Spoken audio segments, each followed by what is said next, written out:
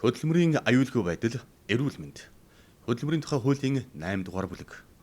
Хөдөлмөрийн тухай хууль, шинжилсэн найруулга, сургалтыг зохион байгуулагч байгууллагууд, гэр бүл хөдөлмөр нийгмийн хамгааллын яам, Дэлхийн банк, онцгой байдлын үеийн дэмжлэг болон хөдөлмөр эрхлэлтийн төсөл. Хүн амьдралынхаа 10 зууны 3 жилийг ажиллаж өнгөрүүлдэг бөгөөд эрүүл мэндийн тусламж үйлчилгээ авахаар эмнэлэгт хандаж буй хүмүүсийн 39% нь өвчтний шалтгаан нь эрхэлж байгаа ажилтай нь холбоотой байдаг байна. Үүнээс гадна хөдөлмөр эрхлэгчдийн 66% сөөр өвчин дамжирахад ажлын байр нь ямар нэгэн байдлаар нөлөөлдөг гэсэн судалгааны үр дүн байна. Чухам иймээс хөдөлмөр эрхлэгч иргэдийн эрүүл мэнд, аюулгүй байдлыг хамгаалах нь төрийн бодлогын нэн чухал хэсэг байдаг билээ. Ажилтан ажлын байран дээрээ сэтгэл зүйн, физикийн, химийн, биологийн, эргономикийн, цацрагийн гэх мэт төрөл зүйлийн эрсдэлд орох магадлалтай байдаг. Ажил олгогч нь ажилтны амнаас эрүүл мэндийг хамгаалах үйлдвэрлэлийн осол, мэргэжлээс шалтгаалсан өвчнөөс урьдчилан сэргийлэхэд чиглэсэн үр дүнтэй шат дараалсан арга хэмжээг авч хэрэгжүүлнэ. Ажил олгогч ажлын байрны хөдөлмөрийн нөхцөлийг хэвийн болгох хүртэл хугацаанд ажилтны ажлын цагийг богиносгох, нэмэгдэл амралт, хэвийн бус нөхцөлд ажилсны нэмэгдэл олгох зэрэг шаардлагатай төр арга хэмжээг хууль тогтоомжинд нийцүүлэн авах үүрэг хүлээдэг. Харин ажилтан ажил үүргээ гүйцэтгэхдээ хөдөлмөрийн аюулгүй байдал, эрүүл ахуйн хууль тогтоомж, шаардлага, стандартыг мөрдөж ажиллах үүрэгтэй.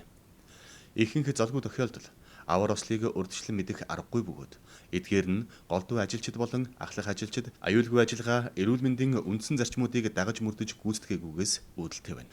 Нийт ажилчид ажлын талбар дээр ажиллаж байхдаа аюулгүй ажиллагааны эдгээр залтуудыг уншиж, ойлгож, хэрэгжүүлэх ёстой.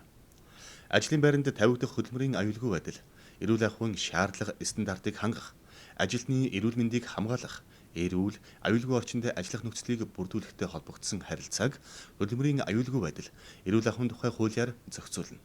Энэ хуулиас гадна хөдөлмөрийн аюулгүй байдал, эрүүл ахуйн удирдлагын тогтолцоо, олон улсын стандарт, Монгол улсын хөдөлмөрийн аюулгүй байдал, эрүүл ахуйн стандартууд хүчин төгөлдөр мөрдөгддөг юм.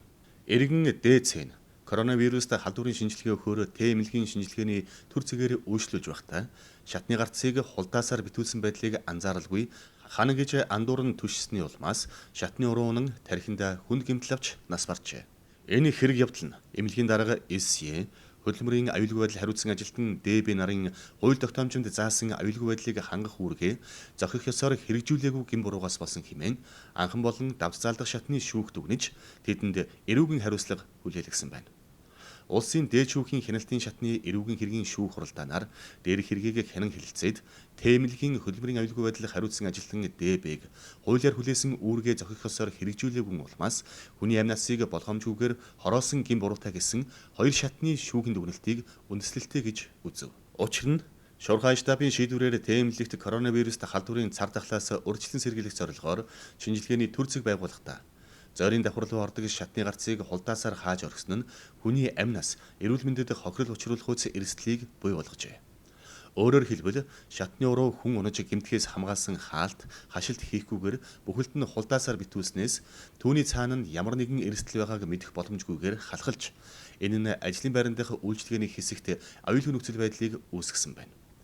Хөдөлмөрийн аюулгүй байдал, эрүүл ахуйн тухай хууль холбогдох стандартын хүрээнд ажлын байранд аюулгүй байдлыг хангах үүргийг шууд хэрэгжүүлэх албан тушаалт нь хөдөлмөрийн аюулгүй байдал, эрүүл ахуйн инженер, ДБ бөгөөд тэрээр эрсдлийг илрүүлэх, үнэлэх, арилгах талаар зохих арга хэмжээ аваагүй. Улдаасан хаалтыг налах түшийг хоригдсан анхааруулга байршуулсан нь аюулгүй ослоос урьдчилан сэргийлэх бүрэн гүйцэд арга хэмжээ болж чадаагүй нь хохирогч амнасаа алдах шалтгаан болжээ. Иймд шүүхээс хөдөлмөрийн аюулгүй байдлыг хариуцсан ажилтан ДБ-г хууль тогтоомжоор хүлээсэн үүргээ зохих ёсоор биелүүлээгүй улмаас хүний амнаас хохирсон гэж үзэх хууль зүйн үндэслэлтэй. Эмнэлгийн дарга СЕ-гийн хувьд энэ хэрэгт гин буруугүй байна. Ажил олгогчийн хөдөлмөрийн аюулгүй байдлыг хангах үүрэг нь аж ахуйн нэгж байгууллагын хэмжээнд хууль тогтоомжийг хэрэгжүүлэх, хөдөлмөрийн аюулгүй байдал, эрүүл ахуйн удирдлага, хяналтын тогтолцоог нэвтрүүлэх, шаардлагатай дүрм журам төсөв зарлалыг батлах, хөдөлмөрийн аюулгүй байдал, эрүүл ахуйн журмыг сахиулах үүрэг бүхий мэргэжсэн ажилтныг томилж удирдан зохион байгуулах зэрэг юм. Дээрх үүргийн хүрээнд хөдөлмөрийн аюулгүй байдлаар хариуцсан ажилтан томилоогүй. Мэргэжлийн бус хүн ажилуулсан эсвэл энэ чиглэлийн ажилтныг ажил үүргээ хэвэн явуулахад шаардлагатай нөхцөл боломжоор хангаагүй зэргээр хаянга хариуцлагагүй хандах нь ажил олгогчид эрүүгийн хариуцлага хүлээлгэх үндэслэл болно. Хэргийн баримтаар ажил олгогчид хуулиар хүлээсэн үүргээ хэрэгжүүлээгүй гэж буруутгах нөхцөл байдал тогтоогдоогүй. Өөрөөр хэлбэл ажил олгогчийн зүгээс хууль заасны дагуу эмнэлэгт хөдөлмөрийн аюулгүй байдал эрүүл ахуйн хариуцсан инженерээр ДБ-г томилсон ба тухайн ажилтан ажил үүргээ зохих ёсоор гүйцэтгэгээгүй улмаас хүний амнаас хохирсонд ажил олгогчийг буруутгах үндэслэлгүй тул эмнэлгийн дарга СЕ-д холбогдох хэргийг хэрэгсэхгүй болгон цагаатгсан шийдвэр гаргалаа. Хөдөлмөрийн аюулгүй байдал эрүүл ахуйн тухай хуулийн зорилт нь хөдөлмөрийн аюулгүй байдал эрүүл ахуйн талаарх төрийн бодлого үндсэн зарчмыг тодорхойлж төрийн байгууллагын удирдлага хяналтын тогтолцоо ажлын байранд тавигдах хөдөлмөрийн аюулгүй байдал эрүүл ахуйн шаардлага стандартыг хангах ажилтан хөдөлмөр эрхлэгч иргэнийг эрүүл аюулгүй орчинд ажиллах нөхцөлийг бүрдүүлэхтэй холбогдсон харилцааг зохицуулахад оршино. Ажил олгогч ажилтны төлөөлөгчийн саналыг харгалзан хууль тогтоомжид нийцүүлэн тухайн аж ахуйн нэгж байгууллагын хэмжээнд үйлчлэх хөдөлмөрийн дотоод журмыг баталж мөрдүүлнэ. Хөдөлмөрийн дотоод журамд хөдөлмөрийн аюулгүй байдал, эрүүл ахуйн удирдамж, горим зааварчилгаа, дүрм журмыг хоёр талаа дагаж мөрдөхийг тусгах шаардлагатай байдаг бөгөөд эдгээрийг зөрчигнө хөдөлмөрийн гэрээг цуслах үндэслэл болно. Хөдөлмөрийн хууль тогтоомж, хөдөлмөрийн гэрээ, хөдөлмөрийн дотоод хэм хэмжээ, ажлын байрны тодорхойлтыг зөрчсөн ажилтны буруутай үйлдэл, үйлдэлхүйг сахилгын зөрчилд тооцно. Ажил олгогч буюу түүнээс эрх олгосон удирдах ажилтан, сахилгын зөрчил гаргасан ажилтнанд өөрт нь ганцаарчсан хэлбэрээр хаалттай сануулгах, нийт ажилтнанд зарлах хэлбэрээр нээлттэй сануулгах, үндсэн цалин 3 сар хүртэл хугацаагаар 20 хүртэлх хувиар бууруулах, албан тушаал бууруулах, ажил олгогчийн санаачилгаар хөдөлмөр эрхлэлтийн харилцааг цуслах, хөдөлмөрийн сахилгын шийтгэл ноогдуулна.